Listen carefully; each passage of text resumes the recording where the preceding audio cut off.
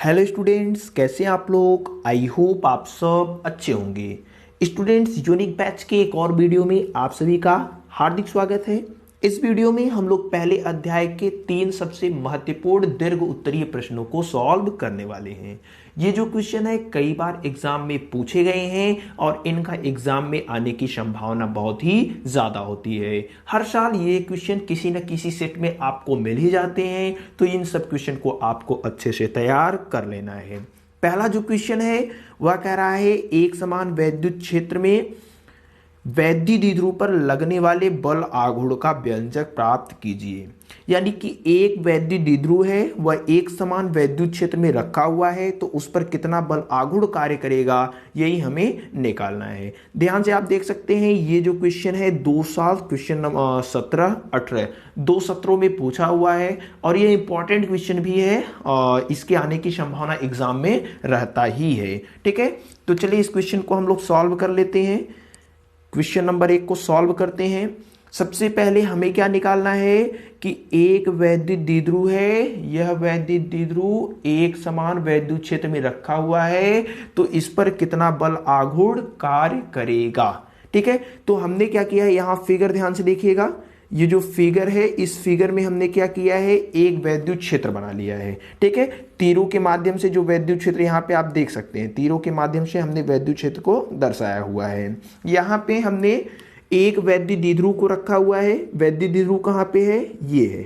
ठीक है ना, वैद्युत द्विध्रुव के बारे में आप लोग जानते हैं कि जब समान परिमाण हो, ठीक है, दोनों का शक्ति समान होना चाहिए, लेकिन विपरीत प्रकृति के, एक प्लस हो दूसरा माइनस हो, ये दोनों आवेश जब अति सूक्ष्म दूरी पर एक दूसरे से रखे होते हैं तो जो सिस्टम बनता है उस सिस्टम का नाम होता है वैद्युत द्विध्रुव। ठीक है, तो यहाँ पे एक, यहाँ पे देखिए माइनस क्यू आवेश है, दूसरा यहाँ पे क्या है, प्लस क्यू आवेश है। ये दोनों 2L दूरी पर रखे हुए हैं। ठीक है ना, तो ये क्या है, चुंबकीय वैद्युत क्षेत्र से ये जो वैद्युत द्विध्रुव है वह थीटा कोण पर स्थित है।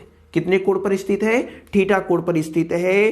अब हमें निकालना है कि इस पर जो बल आघूर्ण कार्य कर रहा होगा वह कितना कार्य कर रहा होगा। देखिए ये जो प्लस क्यू आवेश है, ये वाला, इस प्लस क्यू आवेश पर जो बल कार्य करेगा वह चुंबकीय क्षेत्र की दिशा में कार्य करेगा, जैसा हमने दर्शाया है। ठीक है ना, इस पर जो बल कार्य कर रहा है, तीर का निशान देखिए चुंबकीय क्षेत्र की दिशा में है। हाँ है, क्यों, क्योंकि प्लस क्यू आवेश पर कार्य करने वाला जो बल होता है वह चुंबकीय क्षेत्र की दिशा में होता है। ये क्या है, माइनस क्यू आवेश है। ठीक है ना, और माइनस क्यू आवेश के कारण जो बल कार्य कर रहा है उसकी जो दिशा है वह क्या है, उस क्षेत्र के विपरीत है। यानी जिधर वैद्युत क्षेत्र है उसके ठीक विपरीत। यानी दो फोर्स हैं, दोनों फोर्स एक दूसरे के ठीक विपरीत कार्य कर रहे हैं। अच्छा, दोनों फोर्स का मान कितना होगा, F इज इक्वल टू होगा Q इंटू E। ठीक है ना, दोनों फोर्स इतना लगेगा। अब दोनों फोर्स क्या है, समान है। जब समान फोर्स हैं, दोनों एक दूसरे के ठीक विपरीत कार्य कर रहे हैं, तो ये क्या करेंगे, एक बल आघूर्ण का निर्माण करेंगे। और बल आघूर्ण का निर्माण करेंगे तो इस द्विध्रुव को क्या करेंगे, घुमाने का प्रयास करेंगे। तो वही चीज हमने लिखा। सबसे पहले हमने क्या लिखा कि प्लस क्यू आवेश पर लगने वाला वैद्युत बल, जो प्लस क्यू आवेश है उस पर कितना बल कार्य कर रहा है, F बराबर QE। बात समझे, माइनस क्यू आवेश पर भी बल कितना कार्य करेगा, F is equal to QE, क्योंकि हमें परिमाण लेना है, चिन्ह से कोई भी दिक्कत नहीं होगी। फिर हमने कहा कि दोनों बल समान परिमाण परंतु विपरीत दिशा में है जो बल युग्म का निर्माण करते हैं। ये दोनों जो फोर्स है, एक फोर्स इधर कार्य कर रहा है, दूसरा फोर्स इधर कार्य कर रहा है। ठीक है ना, दोनों का क्रिया रेखा अलग अलग है। एक देखिए इधर इस क्रिया रेखा पे है, दूसरा इस क्रिया रेखा पर है, दोनों की क्रिया रेखा अलग है। तो ये क्या करेंगे, बल युग्म का निर्माण कर लेंगे। जब बल युग्म का निर्माण करेंगे तो इस द्विध्रुव को क्या करेंगे, घुमाने का प्रयास करेंगे। द्विध्रुव को घुमाएंगे तो कितना बल से घुमाएंगे वही हम लोगों ने निकाला है। टाउ इज इक्वल टू क्या होता है, एक बल गुणे दोनों बलों के बीच की लंबवत दूरी। बल आघूर्ण क्या होता है, बल गुणे उनके बीच की लंबवत दूरी।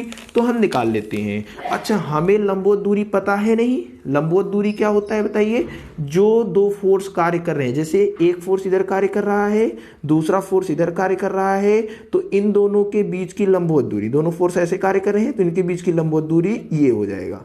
ठीक है ना, इनके बीच की जो लंबवत दूरी ये वाली दूरी हो जाएगी।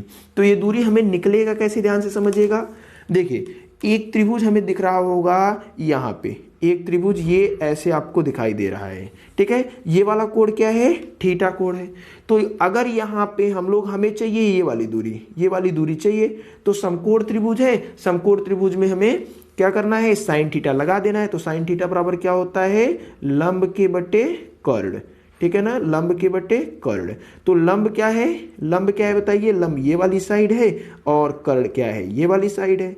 तो लंब बटे कर्ण यानी ये लंबवत भुजा बटे कर्ण, कर्ण मतलब क्या हो जाएगा 2l, ठीक है ना। तो यहाँ पे सपोज कर देते हैं लंब है, ठीक, ये कहाँ से मिला हमें, साइन थीटा से मिला। यही चीज हमने यहाँ पे लिखा हुआ है। सपोज करेगा हमने क्या लगाया, साइन थीटा बराबर क्या हो जाएगा, ये लंब बटे क्या होगा, कर्ण। हमें चाहिए लंब का मान, BC का मान, तो BC बराबर AB इधर भाग में था, उधर गया गुणा में हो गया, यानी BC बराबर कितना आ गया, 2l साइन थीटा आ गया।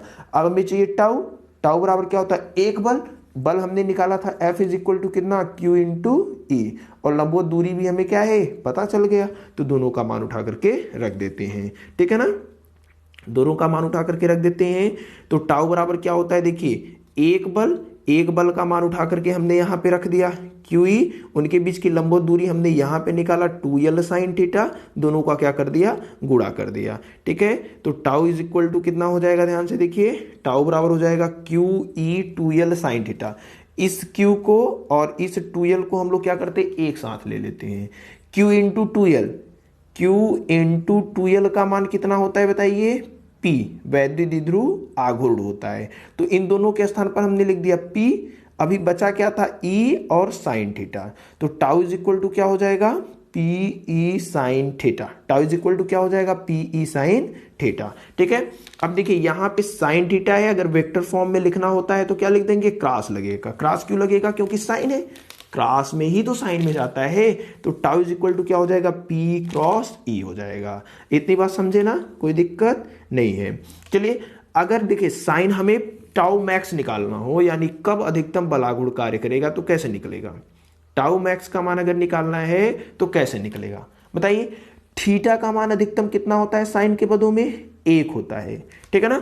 थीटा का मान ज्यादा से ज्यादा कितना हो जाता है, साइन थीटा का ज्यादा से ज्यादा मान कितना होता है, 1 होता है। तो 1 होता है, किसके लिए होता है, 90 डिग्री के लिए होता है। किसके लिए होता है, 90 डिग्री के लिए होता है। तो यहाँ साइन थीटा के स्थान पर अगर 90 रख देंगे तो जो हमें टाउ मिलेगा वह क्या मिलेगा, मैक्सिमम मिलेगा। ध्यान दीजिएगा, टाउ जो मिलेगा वह क्या होगा, मैक्सिमम मिलेगा। यदि 0 डिग्री रख दें, यानी थीटा इज इक्वल टू क्या हो, 0 हो, यानी जिधर वैद्युत क्षेत्र कार्य कर रहा है उधर ही हम लोग क्या कर दे, द्विध्रुव को भी रख देंगे, तब वहां पर कोई भी टाउ कार्य नहीं करेगा। यानी मैक्सिमम बलागुण के लिए आपको 90 अंश के कोण पर रखना होगा और न्यूनतम बलागुण के लिए आपको 0 डिग्री पर रखना होगा। तो नोट्स बना लीजिए, ठीक है, इंपॉर्टेंट क्वेश्चन है, क्वेश्चन भी नोट कर लीजिएगा और नोट्स इतना लिख लीजिए पहले आप लोग, उसके बाद इतना लिख लीजिए, फिर इतना लिख लीजिए, ठीक है ना। नोट्स पॉज करके आप लोग आसानी से बना लीजिएगा। चलिए नेक्स्ट क्वेश्चन नंबर 2 चलते हैं। देखिए क्वेश्चन नंबर 2 कितना इंपॉर्टेंट क्वेश्चन है, कितनी बार पूछा है, ये देखिए कितनी बार पूछा है। आप लोग इसे देख करके अनुमान लगा सकते हैं कि ये क्वेश्चन कितना इंपॉर्टेंट है, ठीक है। क्वेश्चन क्या कह रहा है पहले देख लेते हैं। क्वेश्चन कह रहा है कि वैद्युत द्विध्रुव आघूर्ण की परिभाषा दीजिए। सबसे पहले आप हमें बताइए कि वैद्युत द्विध्रुव आघूर्ण क्या होता है। उसके बाद कह रहा है कि अच्छी स्थिति में वैद्युत द्विध्रुव के कारण वैद्युत क्षेत्र की तीव्रता के लिए व्यंजक प्राप्त कीजिए। ठीक, किस स्थिति में, अच्छी स्थिति में, अच्छी स्थिति में, ठीक है। एक बार फिर से हम आपको बता देते हैं, ये सारी चीजें हमने व्हाइट बोर्ड पे बताई हुई है। आप हमारी प्लेलिस्ट में क्लास 12 फिजिक्स प्लेलिस्ट होगा, वह जाकर के ओपन करेंगे तो ये सारी चीजें व्हाइट बोर्ड के द्वारा आसानी से अच्छी चीजों से समझ पाएंगे। हमने यहाँ पे पीडीएफ के थ्रू केवल इसलिए बताया ताकि आपको अच्छा नोट्स मिल सके, ठीक है ना। चलिए इसको देख लेते हैं। देखिए इसमें सबसे पहले क्या कहा है, 2 क्वेश्चन पूछा है। सबसे पहले बताया है कि वैद्युत द्विध्रुव आघूर्ण की परिभाषा दीजिए। वैद्युत द्विध्रुव आघूर्ण क्या होता है, वैद्युत द्विध्रुव आघूर्ण क्या होता है, वैद्युत द्विध्रुव आघूर्ण P इज इक्वल टू होता है Q इंटू 2L, ठीक है ना। Q इंटू क्या होता है 12, यानी कि वैद्युत द्विध्रुव के किसी एक आवेश और दोनों आवेशों के बीच की दूरी के गुणनफल को हम लोग वैद्युत द्विध्रुव आघूर्ण कहते हैं। वैद्युत द्विध्रुव आघूर्ण को P से प्रदर्शित करते हैं। P बराबर होता है Q इंटू 2L। डेफिनेशन क्या देंगे, कहेंगे कि वैद्युत द्विध्रुव के किसी एक आवेश और उन दोनों आवेशों के बीच की दूरी के गुणनफल को वैद्युत द्विध्रुव आघूर्ण कहते हैं। अब मेन हमारा जो टॉपिक है, जो कि एग्जाम के दृष्टिकोण से बहुत ही इंपॉर्टेंट है, वह कह रहा है कि वैद्युत द्विध्रुव के कारण उसकी अच्छी स्थिति में कितना वैद्युत क्षेत्र उत्पन्न होता है, वही हमें बताइए। तो चलिए देख लेते हैं अच्छी स्थिति में वैद्युत क्षेत्र कितना उत्पन्न होता है। सबसे इंपॉर्टेंट क्या है, सबसे इंपॉर्टेंट क्या है, ये फिगर है। ये फिगर अगर आपने समझ गया तो सारी चीजें इसमें आसानी से आप लोग समझ जाएंगे, कोई भी दिक्कत नहीं होगा। देखिए यहां पे सबसे पहले हमने एक वैद्युत द्विध्रुव बनाया है, -q आवेश +q आवेश दोनों 2L दूरी पर रखे हुए हैं। इतनी बात समझ में आई। एक वैद्युत द्विध्रुव, ये -q आवेश है, ये +q आवेश है, और इन दोनों के बीच की दूरी कितनी है, 2L है।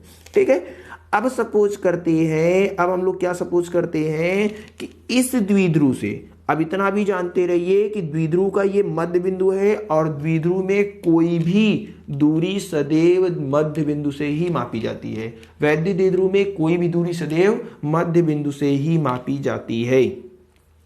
तो देखिए क्या हो जाएगा, यहां से सपोज करते हैं, यहां से हमें R दूरी पर, यहां से ये जो दूरी आपने लिया है R दूरी पर एक बिंदु है P, ठीक है ना।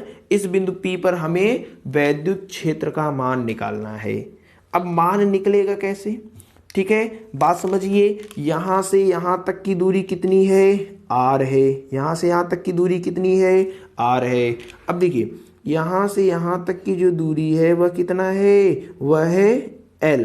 तो हमें इतनी दूरी चाहिए, इतनी दूरी, तो इतनी दूरी कितना हो जाएगा, R माइनस L हो जाएगा। अरे टोटल में से L को घटा देते हैं। उसी प्रकार से अगर ये टोटल दूरी चाहिए तो कितनी होगी बताइए, ये टोटल दूरी कितनी होगी, इतना R है और ये वाला L है, तो टोटल वाला कितना हो जाएगा, R प्लस L हो जाएगा। ठीक है ना। अब ये सब चीजें दूरी वाला डिस्टेंस तो आप समझ गए होंगे। अब हम बात करते हैं आवेश।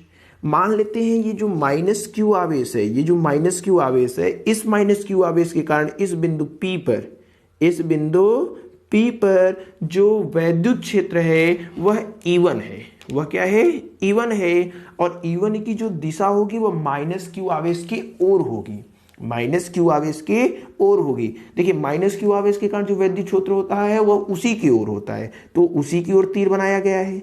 ठीक है, मान लिया हमने +q जो आवेश है, इस +q आवेश के कारण जो वैद्युत क्षेत्र है वह कितना है, E2 है। और +q आवेश के कारण जो वैद्युत क्षेत्र होता है वह क्या होता है, उस +q आवेश से दूर के साइड होता है। तो हमने क्या देखा, हमने देखा दो वैद्युत क्षेत्र कार्य कर रहे हैं, एक आपका E1 है, दूसरा आपका E2 है।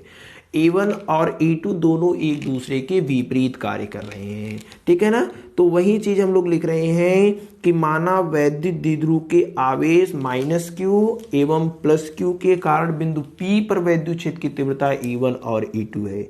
यानी -q के कारण जो वैद्युत क्षेत्र है वह E1, +q के कारण जो वैद्युत क्षेत्र है वह E2 है। अच्छा, वैद्युत क्षेत्र निकालने का फार्मूला हम लोग जानते हैं। वैद्युत क्षेत्र का फार्मूला क्या होता है, E = 1/4πε0 Q/r²। तो -q आवेश से वह बिंदु कितनी दूर था, देखिए ध्यान से समझ लीजिएगा, -q आवेश से, इस वाले आवेश से यह वाला बिंदु कितनी दूर है, R प्लस L दूरी पर। +q आवेश से ये वाला बिंदु कितना है, माइनस है। ठीक है ना। अब चलिए देख लेते हैं क्वेश्चन को। तो यहाँ पे फार्मूला अप्लाई कर देते हैं। -q आवेश के कारण P पर जो वैद्युत क्षेत्र होगा वह कितना हो जाएगा, 1/4πε0 Q/r प्लस L का होल स्क्वायर। ठीक है, E1 = 1/4πε0 into Q/r plus L का होल स्क्वायर। उसी प्रकार से +q आवेश के कारण बिंदु P पर जो वैद्युत क्षेत्र की तीव्रता होगी वह E2 = 1/4πε0 इंटू Q दूरी, तो +q आवेश के कारण जो दूरी है वह कितना है, R माइनस L, उसका स्क्वायर। ठीक है, देखिए यहाँ पे जो +q रखेंगे -q चिन्ह के साथ नहीं रखेंगे, ध्यान दीजिएगा, मैग्नीट्यूड ही हमेशा क्या होता है, रखा जाता है। ठीक, अब आगे हम लोग क्या करते हैं देख लेते हैं। अब यहाँ पे देखिए E1 और E2 में कौन ज्यादा है, E1 और E2 में कौन ज्यादा है बताइए? E2 जाहिर सी बात होगा क्या होगा? ज्यादा होगा। E2 क्यों ज्यादा होगा? क्योंकि सब ये इसमें भी है, इसमें भी है, Q इसमें भी है, इसमें भी है, बस चेंज है ये नीचे वाला। तो इसमें सेकंड वाले में क्या है? नीचे वाला कम है, यानी कम से भाग दे रहे हैं, तो जो हमें मिलेगा वह क्या मिलेगा? ज्यादा मिलेगा। इसमें हम लोग क्या कर रहे हैं? ज्यादा से भाग दे रहे हैं, यानी ये जो मिलेगा वह क्या होगा? कम होगा। ठीक है, तो इन दोनों में कौन बड़ा है? E2 बड़ा है। तो यहां हमने लिख दिया E2 is greater than E1। ठीक है, अब बात करते हैं बिंदु P पर परिणामी वैद्युत क्षेत्र कैसे निकलेगा। देखिए, दोनों वैद्युत क्षेत्र क्या है? एक दूसरे के ठीक विपरीत कार्य कर रहे हैं। ठीक है, अब परिणामी निकालना है तो बड़े में से छोटे को क्या करते हैं? घटा देते हैं। तो हमने E2 माइनस क्या कर दिया? E1 कर दिया। अब देखिए, E2 का मान हमने उठा करके रख दिया समीकरण नंबर 2 से, E1 का मान उठा करके रख दिया समीकरण नंबर 1 से। केवल क्या किया है? मान उठा करके रखा है। अब हमें देखने को मिला कि Q बटे 4πε0 दोनों में कॉमन है। हमने Q बटे 4πε0 को कॉमन कर लिया। जब कॉमन किया तो पहले वाले में से इतना बचा, दूसरे वाले में से इतना बचा। ठीक है ना, अब बच गया है। अब एलसीएम लेकर के क्या करते हैं? सॉल्व कर लेते हैं। एलसीएम लेकर के जब हमने सॉल्व किया तो हमें देखिए क्या मिला। अब देखिए यहां से क्या हो जाएगा? आर प्लस यल का होल स्क्वायर। एलसीएम लेकर के सॉल्व किया है। अब इसको क्या करेंगे? इस वाले को ऊपर जो है इसको हमने क्या किया? ए प्लस बी के होल स्क्वायर से तोड़ दिया। इसको क्या किया? a माइनस बी के होल स्क्वायर से तोड़ दिया। और बीच में क्या था? माइनस था। ये क्या है? माइनस है। ठीक है ना, तो चिन्ह के साथ हम लोग क्या करेंगे? तोड़ करके गुणा करा देंगे, और नीचे वाले का हम लोग क्या करेंगे? गुणा कराएंगे। तो r माइनस यल का whole square, r plus l का होल स्क्वायर, दोनों का होल स्क्वायर था, कंबाइंड कर दिया। दोनों का होल स्क्वायर था, क्या किया? कंबाइंड कर दिया। तब यहां से r square plus l square plus 2rl। अब माइनस का गुणा कराएंगे तो minus r square minus l square plus 2l square minus r square plus minus, ये इससे क्या होंगे? कैंसिल हो जाएंगे। बचेगा क्या? ये 2rl बचेगा, इधर ये 2rl बचेगा। दोनों को आपस में जोड़ देते हैं, कितना हो जाएगा? 4rl हो जाएगा। तो इज इक्वल टू का कितना हो जाएगा? इज इक्वल टू हो जाएगा Q बटे 4πε0 4rl बटे are square minus l square का होल स्क्वायर हो जाएगा। अब देखिए यहाँ पे r का जो मान है वो बहुत बड़ा है। द्विध्रुवों के बीच की जो दूरी होती है, दोनों आवेशों के बीच की जो दूरी होती है वह बहुत कम होती है, लेकिन जो मान हमें निकालना होता है, सपोज करते हैं यहाँ पे निकालना है, ये मान बहुत दूर निकालना होता है। यानी ये जो r है इस यल की तुलना में क्या है? बहुत ज़्यादा बड़ा है। r का मान क्या है? बहुत ज़्यादा बड़ा है। जब r का मान बहुत ज़्यादा बड़ा है तो हम लोग क्या करेंगे? r स्क्वायर का मान और बड़ा होगा, यानी एल स्क्वायर का मान और भी ज़्यादा छोटा होगा। तो एल स्क्वायर को r स्क्वायर की तुलना में छोड़ देते हैं। चूंकि r स्क्वायर का मान बहुत बहुत बहुत ज़्यादा बड़ा होगा, एल स्क्वायर का मान क्या होगा? छोटा होगा। तो r स्क्वायर को एल स्क्वायर की तुलना में हम लोग क्या करेंगे? छोड़ देंगे। ठीक है, चलिए एल स्क्वायर को छोड़ देते हैं। जब एल स्क्वायर को छोड़ देंगे तो यहां से एल स्क्वायर छोड़ेंगे, एल स्क्वायर को छोड़ेंगे तो बचेगा केवल क्या? आर स्क्वायर बचेगा। तो आर स्क्वायर बचेगा तो क्या हो जाएगा? देखिए आर स्क्वायर बचेगा तो क्या हो जाएगा? देखिए इज इक्वल टू हो जाएगा Q बटे 4πε0 4r बटे r के पावर 4, r से कैंसिल हो जाएगा, r से कैंसिल हो जाएगा तो क्या बचेगा? Is equal to Q into 4l। देखिए यहाँ 4l ऊपर बचा है, ठीक है, बटे r क्यूब, नीचे क्या बचा है? r क्यूब बचा है। तो क्या हो जाएगा? यहाँ से Q इंटू, देखिए ये जो 4l था इसको हमने लिख दिया 2 इंटू 2l, 2 का गुणा 2 में करेंगे 4l। तो देखिए क्या हो जाएगा? Q इंटू 2l क्या होता है? P होता है। Q इंटू 2l क्या होता है? P होता है। नीचे क्या बचा है? R बचा है। तो इज इक्वल टू कितना हो जाएगा? 4πε0 2p बटे आर क्यू। यही है वैद्युत द्विध्रुव के अच्छी स्थिति में, वैद्युत द्विध्रुव के कारण अच्छी स्थिति में वैद्युत क्षेत्र का मान। एकदम आसान था, कोई भी दिक्कत इसमें नहीं होगी। नोट्स बना लीजिए। इसका जो नोट्स है वो आप लोग नोट कर लीजिए, एकदम इजी है। सबसे पहले यहाँ पे हमने डिफिनीशन नहीं लिखना है, इसमें 2 क्वेश्चन है। वैद्युत द्विध्रुव आघूर्ण की परिभाषा भी देनी है। वैद्युत द्विध्रुव आघूर्ण क्या होता है? वैद्युत द्विध्रुव में किसी एक आवेश और उनके बीच की दूरी के गुणनफल को वैद्युत द्विध्रुव आघूर्ण कहते हैं। ठीक है, उसके बाद अच्छी स्थिति में वैद्युत क्षेत्र का मान निकालना था, तो वैद्युत क्षेत्र का मान हमने क्या किया है? निकाल दिया। ये फिगर ये सब चीज़ें व्हाइट बोर्ड पर भी आप लोग पढ़ेंगे तो ज़्यादा बेटर रहेगा, आसानी से इन सब चीज़ों को समझ पाएंगे। ठीक है, चलिए नेक्स्ट क्वेश्चन नंबर 3 की ओर चलते हैं।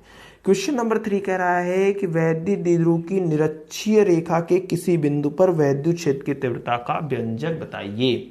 अभी आपने अच्छी स्थिति में पढ़ा, अब आपको पढ़ना है निरक्षीय स्थिति में। ये भी इंपॉर्टेंट है और देखिए क्वेश्चन पूछे गए हैं एग्जाम में, 2017 में भी पूछे गए हैं, 2011 में भी पूछे गए हैं।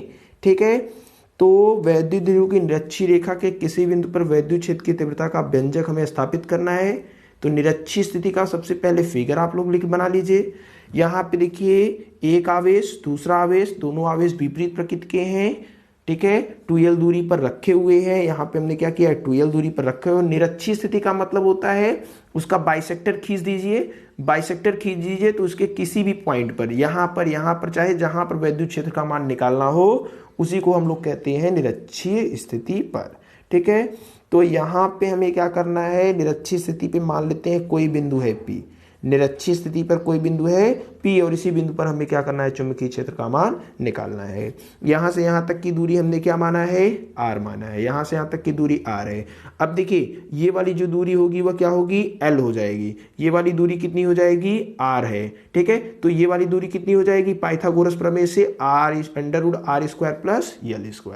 उसी प्रकार से ये वाली दूरी कितनी है, L है, ये वाली दूरी कितनी है, R है, तो ये वाली दूरी कितनी हो जाएगी, √R² प्लस L² हो जाएगा। ठीक है ना। अब देखिए यहाँ पे ये दोनों साइड्स क्या हैं, इक्वल इक्वल, ये दोनों साइड्स क्या हैं, इक्वल इक्वल। ठीक है, तो समान भुजाओं के सामने के जो कोण होते हैं वह भी क्या होते हैं, बराबर।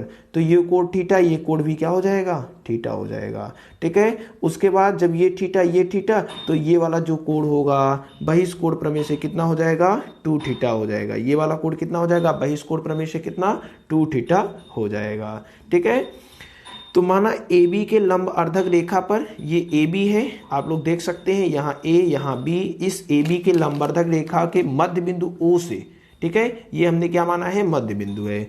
R दूरी पर एक बिंदु P स्थित है, जिस बिंदु P पर हमें वैद्युत क्षेत्र की तीव्रता को निकालना है। ठीक है, सबसे पहले हमने क्या निकाला, पाइथागोरस प्रमेय से, सबसे पहले हमने क्या निकाला, पाइथागोरस प्रमेय से AP और BP की लंबाई निकाला, जो हमने आपको अभी समझाया है। ठीक है ना। उसके बाद हमने क्या किया है, उसके बाद हमने क्या किया है, cos थीटा का लगाया। cos थीटा बराबर क्या होता है, आधार बटे कर्ण होता है। cos थीटा क्या होता है, आधार बटे कर्ण होता है, यानी कि cos theta is equal to आधार बटे कर्ण। तो फिगर में जाइए, ये थीटा है, ये क्या है, थीटा है, आधार क्या हो जाएगा, ये वाला हो जाएगा, कर्ण क्या हो जाएगा, ये वाला हो जाएगा। तो ये वाली जो साइड है वह L है, कर्ण कितना है, ये वाला कितना है, √R² प्लस L² है। ठीक है ना। तो यहां से cos थीटा का मान हो जाएगा जो हमने यहाँ पे लिखा हुआ है। ठीक है, अब देखिए -q आवेश के कारण बिंदु P पर जो वैद्युत क्षेत्र की तीव्रता होगी वह E1 = 1/4πε0 q बटे R² प्लस L² होगी, क्योंकि दोनों आवेशों से दूरियां क्या है, समान है। ठीक है, तो जो -q आवेश के कारण है वही +q आवेश के कारण भी वैद्युत क्षेत्र होगा। ठीक है, दोनों के कारण जो वैद्युत क्षेत्र है वह क्या है, बराबर है। क्यों बराबर है, क्योंकि दोनों दूरियां क्या है, समान है। दोनों दूरियां समान है तो P पर परिणामी वैद्युत क्षेत्र हमें निकालना है। अब देखिए यहाँ पे ऐसा नहीं है कि दोनों एक दूसरे के ठीक विपरीत कार्य कर रहे हैं तो आसानी से निकाल लेंगे, यहां पर ऐसा बिल्कुल नहीं है। देखिए फिगर में ध्यान से समझिएगा, E1 के कारण, -q के कारण जो वैद्युत क्षेत्र की तीव्रता है वह इस साइड है। ठीक है, और +q आवेश के कारण जो वैद्युत क्षेत्र की तीव्रता है वह इस साइड है। दोनों एक दूसरे के 2 थीटा कोण पर हैं।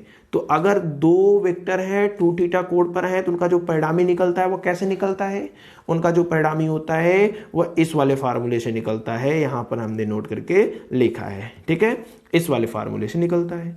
अब E1 E2 दोनों क्या है, बराबर है, तो E2 के स्थान पर भी हमने क्या लिख दिया है, E1 2 E1 हो गया, E1 का गुणा हुआ E1² हो गया, E1² दोनों में कॉमन था, कॉमन कर लिया। ठीक है, क्या बचा, 2 + 2 cos थीटा। देखिए cos 2 थीटा का ये फार्मूला होता है, cos 2 थीटा का क्या होता है, ये फार्मूला होता है। इस फार्मूले को हमने क्या किया, अप्लाई कर दिया। अब इस 2 का अंदर गुणा कराएंगे, 2 का अंदर गुणा कराएंगे। बेसिक चीजें हैं, एकदम नॉर्मल कैलकुलेशन वाली चीजें हैं। E = क्या हो जाएगा, यहाँ से देखिए गुणा कराएंगे तो 2 और यहाँ 2, ये 2 से क्या होंगे कैंसिल, क्या बचेगा 4 cos square theta, 4 cos square theta क्या होगा बाहर हो जाएगा, तो क्या बचेगा E1 cos थीटा। E1 का मान उठा करके हम लोग क्या करेंगे रख देंगे, E1 का मान रखेंगे तो क्या होगा, E1 का मान रखेंगे तो E1 का मान इतना था 1/4 pi epsilon naught into Q बटे are square plus L square into cos theta. Cos theta का भाई मान हमने निकाल लिया था एल बटे under root R square plus L square था। ठीक है, दोनों का आपस में गुणा कराया तो यहाँ पे r square plus L square था, यहाँ r square plus L square under root था, दोनों का गुणा होगा तो कितना हो जाएगा घात में 3/2। यहाँ क्यू था, यहाँ 2l था, तो क्यू इंटू क्या हो गया 2l, क्यू इंटू 2l के स्थान पर हम लोग क्या लिख सकते हैं p लिख सकते हैं। फिर वही बात हम लोग करेंगे कि चूंकि l क्या है बहुत छोटा है, l यानी दोनों के बीच का जो दूरी है बहुत छोटा है और मान हमें क्या होता है बहुत दूर निकालना होता है। ठीक है, तो बहुत छोटा है यानी एल स्क्वायर क्या होगा और छोटा होगा, एल स्क्वायर क्या होगा और छोटा होगा, तो आर स्क्वायर की तुलना में एल स्क्वायर को हम लोग क्या करेंगे छोड़ देंगे, यानी इस एल स्क्वायर को कट कर देंगे, निकाल देंगे, यहाँ से हटा देंगे, तो क्या बचेगा वहां से हटाएंगे तो क्या बचेगा E is equal to 1/4 pi epsilon naught q into 2l, q into 2l के स्थान पर p रख देते हैं, यहाँ पर बचेगा आर स्क्वायर, यहाँ आर स्क्वायर के घाते कितना, आर स्क्वायर के घाते कितना 3/2। ठीक, तो ये 2 से क्या होगा कैंसिल हो जाएगा, क्या बचेगा आर क्यूब, यही आर क्यूब हमने क्या किया लिख दिया है। ठीक है, तो जो आपका मान आएगा निरक्षी स्थिति में वैद्युत क्षेत्र का मान वो इतना आएगा, निरक्षी स्थिति में वैद्युत क्षेत्र का मान इतना आएगा। तो यहाँ पे निरक्षी स्थिति में क्वेश्चन नंबर 3 जो था उसको हम लोगों ने नोट किया, आप लोग आसानी से इसका नोट्स बना लीजिए। ठीक है, नोट्स 1 बाय 1 करके बना लीजिए। अगर आपका कोई भी सुझाव हो, कोई भी समस्या हो, अगर आपको ऐसा लगता है कि मुझे यहाँ पर पीडीएफ के माध्यम से समझ में नहीं आ रहा है तो आप हमें कमेंट करिएगा, हम फिर से इन सभी चीज़ों को व्हाइट बोर्ड के माध्यम से पढ़ाने का प्रयास करेंगे। ठीक है, तो आसान है चीज़ें, सभी चीज़ें एक बार बताई गई हैं, नोट्स देने का प्रयास है इसलिए पीडीएफ पर पढ़ाया जा रहा है। अगर दिक्कत होती है आपको समझने में कुछ भी तो आप कमेंट करिए, हम आपको क्या करेंगे व्हाइट बोर्ड पर इन सब चीज़ों को फिर से समझा देंगे। ठीक है, तो आई होप ये सब वीडियो आपको अच्छी लग रही होंगी, लाइक कर रहे होंगे, शेयर कर रहे होंगे। मिलेंगे आपसे अगली वीडियो में इसके नेक्स्ट टॉपिक के साथ, तब तक बेस्ट ऑफ लक।